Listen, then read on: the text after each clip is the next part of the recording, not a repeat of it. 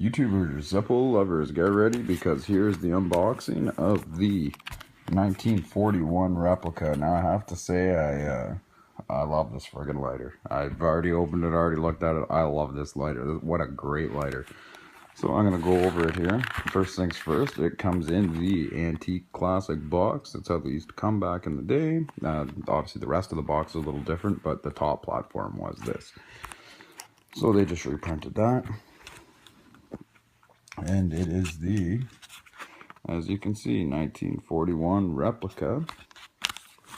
And it just tells you a few things inside about it, as you can see there. If you want to read it, go ahead. I don't feel like doing it because I can't see it through the screen. But try to have this on the white cover. They all come with the this white sleeve on it, right there. Replica black crackle, and it's got the code. But this lighter, well, it seems like it's hard to see. I don't know how that's going to turn out in the video, but it seems like it's hard to see. Let me try it over there. A little bit of a wider background. So here we go. Look at that. And you know what I love about this lighter? Look at that stamp. Look at that bottom stamp. Just vintage, old. As you can see, it is a K 2016. So that means it's a... Oh wait, what does that say? Yeah. So that means K is November. So this Zippo is November 2016, and I've checked the insert, and the insert's December 2016. So, oh, finally, frig. It's taking a while there to focus, but there it is. And see, it's got the correct patent number. The originals, actually, they had the wrong patent number on there. It was missing the 0. But on the replica, they've obviously fixed that and put the right patent number. But originally, when they made these back in the day, they did not have the right patent number. That just looks cool. And as you can see here too, your Zippo at home will not open flat. See how it goes flat there? Yours at home will only do it about there. And as you can see, it's missing the hole on the back. It's supposed to be right where my thumb's touching. There's supposed to be a hole there. All the other Zippos have it. And as you can see through the rivet hole on the flywheel there, on the spark wheel. The new Zippos now don't have that either. Yeah, and what a sexy Zippo. I kind of like this all black. And as you can see, it's more rounded on the top. That's the shape they had in 41. And like I said too, I just want to say about the Zippo. These Zippos were issued to all the soldiers that went over. The chrome Zippos, because they didn't make brass ones back in the 30s. They only made one kind, it was chrome.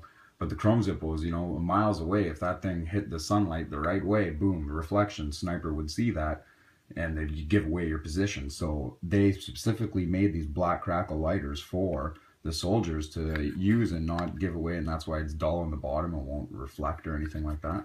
So it wouldn't give away any positions, and they wouldn't see it during the day. Obviously at night, a flame so small, you know, you might not see it from far away, but that reflection during the day, you definitely will see off the chrome. That has no reflection inside. And every soldier was issued one. Every soldier was issued one, went over there with one.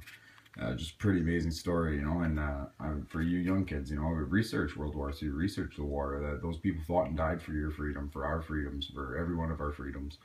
And you got to respect them. And my grandfather, he was in the war, and all his brothers were in the war, and they actually all came home. It was like the opposite of Saving Private Ryan. There was a write-up in the local paper about it back in the day. I do have the newspaper clippings. But anyways, guys, I don't know. I'm in love with this lighter. I might change my everyday user to this one. It just sounds great. Feels great. Nice and thick, too. It feels like it's an armored Zippo, but it's not. It's just because that black crackle coating. And to tell you the truth too, my very first job when I was 14, my very first paycheck I ever got, I actually bought one of these replica lighters because they've been making them ever since the war. That's one of their best sellers. You can pretty much buy these replicas at any point in time. They're soup. You can buy old ones, new ones, whatever. And the very first lighter I ever bought, because I always loved the war, was the World War II replica. I actually only had that lighter for a few months. I lost it on the school bus. I was only 14 when I bought it. You didn't have to be ID'd to buy lighters or smokes back then. Anyone could buy them. But yeah, so those are the days, and it's been probably 20 years since then or more, and I finally actually bought another one. I don't know why it took me so long, but I don't know, but here it is, and I love it. So I suggest everyone has one in their collection. You know, pay homage to the boys who fell for us, and have a really sexy lighter while you do it. Love that lighter. All right, everybody, take care.